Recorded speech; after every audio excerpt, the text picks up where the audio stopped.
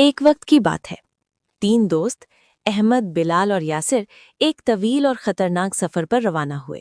ان کا مقصد دنیاوی فائدہ نہیں تھا، بلکہ وہ ایک دور دراز شہر میں علم حاصل کرنے جا رہے تھے۔ راستہ آسان نہیں تھا، اونچے پہاڑ، گھنے جنگلات اور گہرے کھڈے۔ تیز دھوپ، تھکن اور پیاس نے ان کے قدموں کو بھاری کر دیا تھا، لیکن ان کے دل مضبوط تھے، کیونکہ ان کا بھروسہ اللہ پر تھا۔ دن بھر کے سخت سفر کے بعد شام ہونے لگی۔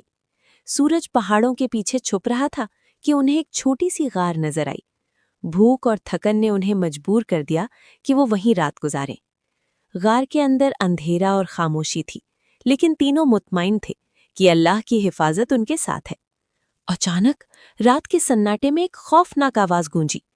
پہاڑ سے ایک بہت بڑا پتھر لڑھکتا ہوا آیا اور غار کے منہ پر آ گرا۔ راستہ مکمل بند ہو چکا تھا۔ تینوں دوست گھبرا گئے۔ اندھیرا، قید اور موت کا خوف، ہر طرف خاموشی چھا گئی۔ اسی لمحے احمد نے گہری سانس لی اور کہا، ہمیں گھبرانا نہیں چاہیے، اللہ پر بھروسہ رکھو اور اپنی وہ نیکیاں یاد کرو جو ہم نے صرف اللہ کی رضا کے لیے کی ہیں۔ احمد نے کہا، اے اللہ، میں نے ہمیشہ اپنے والدین کی خدمت کی، ان کی تکلیف کو اپنی تکلیف سمجھا، اور جب بھی کسی غریب نے مدد مانگی میں نے خالی ہاتھ واپس نہیں لوٹایا۔ اگر یہ کام تیری رضا کے لیے تھے تو ہماری مدد فرما۔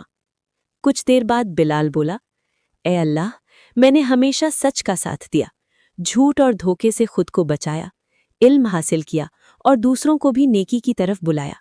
اگر یہ سب تیرے لیے تھا تو ہمیں اس آزمائش سے نکال دے۔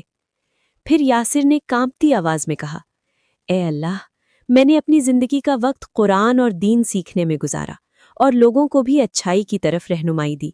اگر یہ سب تیری رضا کے لیے تھا تو ہم پر رحم فرما۔ جیسے ہی وہ دعا میں مشغول ہوئے، ایک عجیب منظر پیش آیا۔ وہ مسلسل دعا کرتے رہے اور آخرکار پتھر غار کے منہ سے ہٹ گیا۔ تیسری صبح سورج کی روشنی غار کے اندر داخل ہوئی۔ تینوں دوست باہر نکلے، لیکن اب وہ پہلے جیسے نہیں تھے۔ وہ آزمائش نے انہیں بدل دیا تھا۔ انہوں نے ایک دوسرے کی طرف دیکھا اور فیصلہ کیا، ہم اپنی پوری زندگی علم نیکی اور اللہ کی رضا کے لیے وقف کریں گے۔ مورل سلو۔ السلام علیکم ناظرین، امید ہے کہ آپ کو یہ کہانی، سبق آموز کہانی پسند آئی ہوگی۔ اگر پسند آئی ہو تو میرے چینل کو لائک اور سبسکرائب کریں۔ شکریہ۔